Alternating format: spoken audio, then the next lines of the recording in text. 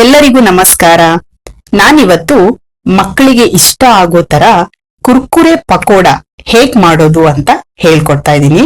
ಇದನ್ನ ತುಂಬಾ ಈಸಿಯಾಗಿ ಮಾಡ್ಕೋಬಹುದು ಮತ್ತು ಸಂಜೆ ಸ್ನಾಕ್ಸ್ಗೆ ಒಂದು ಒಳ್ಳೆ ರೆಸಿಪಿ. ಇದನ್ನ ಹೇಗ್ ಮಾಡೋದು ನೋಡೋಣ. ಒಂದು ಬೌಲಲ್ಲಿ 1 ಕಪ್ ಅಕ್ಕಿ ಹಾಕೊಂಡು 2 ರಿಂದ 3 ಸರಿ ಚೆನ್ನಾಗಿ ವಾಶ್ ಮಾಡ್ಕೋಬೇಕು.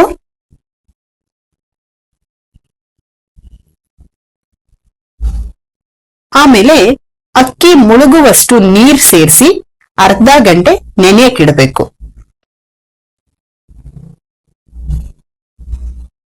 ಅರ್ಧ ಗಂಟೆ ಆಗಿದೆ. ಈಗ ನೆಂದಿರೋ ಅಕ್ಕಿನ ಒಂದು ಮಿಕ್ಸಿ ಜಾರಿಗೆ ಹಾಕಿ ಸಾಫ್ಟ್ ಪೇಸ್ಟ್ ಮಾಡ್ಕೊಳ್ಬೇಕು. ಇದಕ್ಕೆ ನೀರೇನ್ ಹಾಕೋದ್ ಬೇಡ, ಹಾಗೆ ರುಬ್ಕೊಳ್ಳಿ.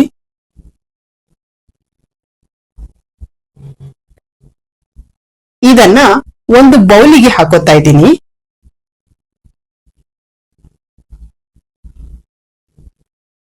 ಮೂರು ಆಲೂಗೆಡ್ಡೆನ ಬೇಯಿಸಿ ಸಿಪ್ಪೆ ತೆಗೆದು ಇಟ್ಕೊಂಡಿದ್ದೀನಿ.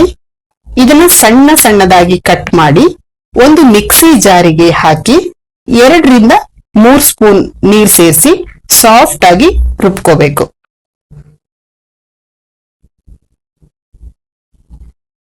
ರುಬ್ಬಿರೋ ಮಿಶ್ರಣನ ಅಕ್ಕಿ ಹಿಟ್ಟಿನ ಜೊತೆಗೆ ಸೇರಿಸ್ಕೋಬೇಕು.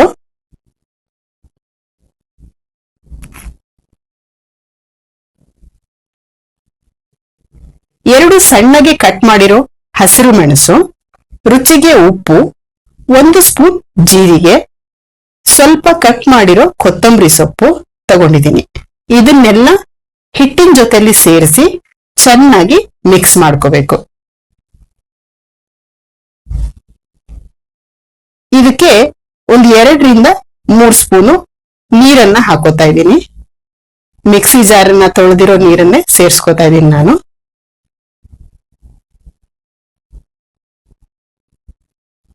ಹೀಗೆ ಚೆನ್ನಾಗಿ ಮಿಕ್ಸ್ ಮಾಡ್ಕೋಬೇಕು.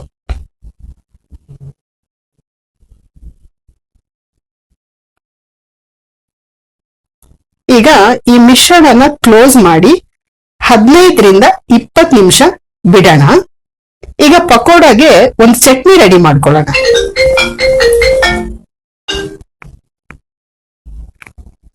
ಚಟ್ನಿ ಮಾಡೋಕೆ 3 ಎಸಳು ಬೆಳ್ಳುಳ್ಳಿ, 2 ಟೊಮೊಟೊ ಸಣ್ಣದಾಗಿ ಕಟ್ ಮಾಡಿರೋದು, 1 ಸ್ಪೂನ್ ಕಡಲೆಬೇಳೆ, 1 spoon Kashmiri chilli powder, 1 spoon ಜೀರಿಗೆ, 4 ಒಣಮೆಣಸು, 5 ಕರಿಬೇವಿನ ಎಲೆ, ರುಚಿಗೆ ಉಪ್ಪು. ಒಂದು ಪಾತ್ರೆನ ಬಿಸಿಗಿಟ್ಕೊಳ್ಬೇಕು. 2 ಸ್ಪೂನ್ ಆಯಿಲ್ ಹಾಕಿ ಜೀರಿಗೆ, ಬೆಳ್ಳುಳ್ಳಿ ಹಾಕ್ಬಿಟ್ಟು ಸ್ವಲ್ಪ ಹುರ್ಕೋಬೇಕು. ಈಗ ಕರಿಬೇವಿನ ಎಲೆ ಹಾಕ್ಬಿಟ್ಟು ಹುರಿತಾ ಇದ್ದೀನಿ.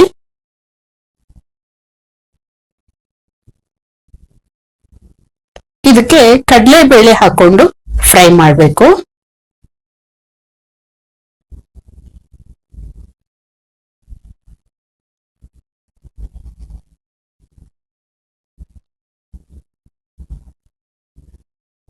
ಈಗ ಒಣ ಮೆಣಸನ್ನ ಸೇರಿಸ್ಕೊತಾ ಇದ್ದೀನಿ. ಇದೆಲ್ಲವನ್ನು ಲೋ ಫ್ಲೇಮ್ ಅಲ್ಲೇ ಇಟ್ಕೊಂಡು ಫ್ರೈ ಮಾಡ್ಕೊಳ್ಳಿ.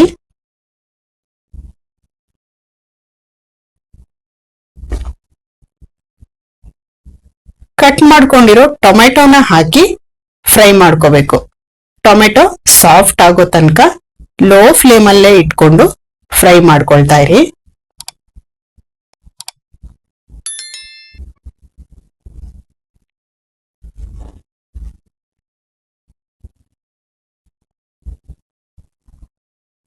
ಹೀಗೆ ಚೆನ್ನಾಗಿ ತಿರ್ಸ್ಕೊಳ್ಳಿ.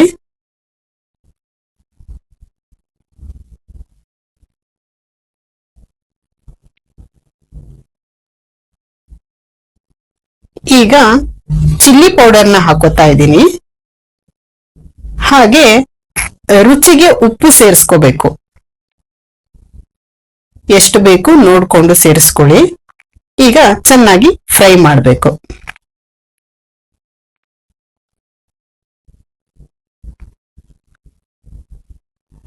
ಲಿಡ್ನ ಕ್ಲೋಸ್ ಮಾಡಿ ಒಂದು 5 ನಿಮಿಷ ಲೋ ಫ್ಲೇಮ್ ಅಲ್ಲೇ ಬೇಯಕ್ ಬಿಡ್ತಾ ಇದ್ದೀನಿ.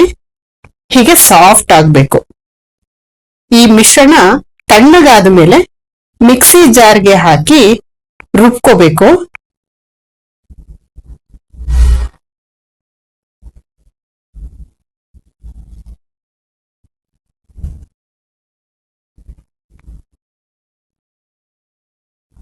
ಈಗ ಪಕೋಡ ಜೊತೆ ಸವಿಯಲು ಚಟ್ನಿ ರೆಡಿ ಆಗಿದೆ.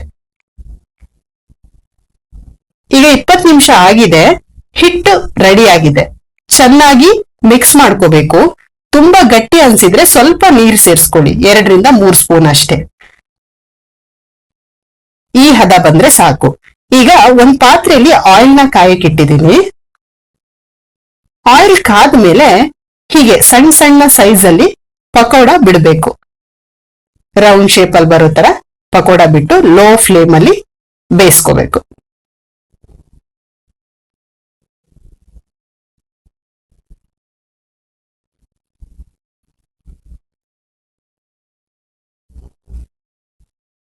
ಈಗ ರುಚಿಕರವಾದ ಕುರ್ಕುರೆ ಪಕೋಡ ರೆಡಿ ಆಗಿದೆ. ನೀವು ಮನೆಯಲ್ಲಿ ಒಮ್ಮೆ ಟ್ರೈ ಮಾಡಿ ಹೇಗ್ ಬಂತು ಅಂತ ಕಮೆಂಟ್ ಬಾಕ್ಸ್ ನಲ್ಲಿ ತಿಳಿಸಿ. ವಿಡಿಯೋಗೆ ಲೈಕ್ ಹಾಗೂ ಶೇರ್ ಮಾಡಿ. ಚಾನೆಲ್ ನ ಸಬ್ಸ್ಕ್ರೈಬ್ ಮಾಡಿ, ಸಪೋರ್ಟ್ ಮಾಡಿ. ಧನ್ಯವಾದ.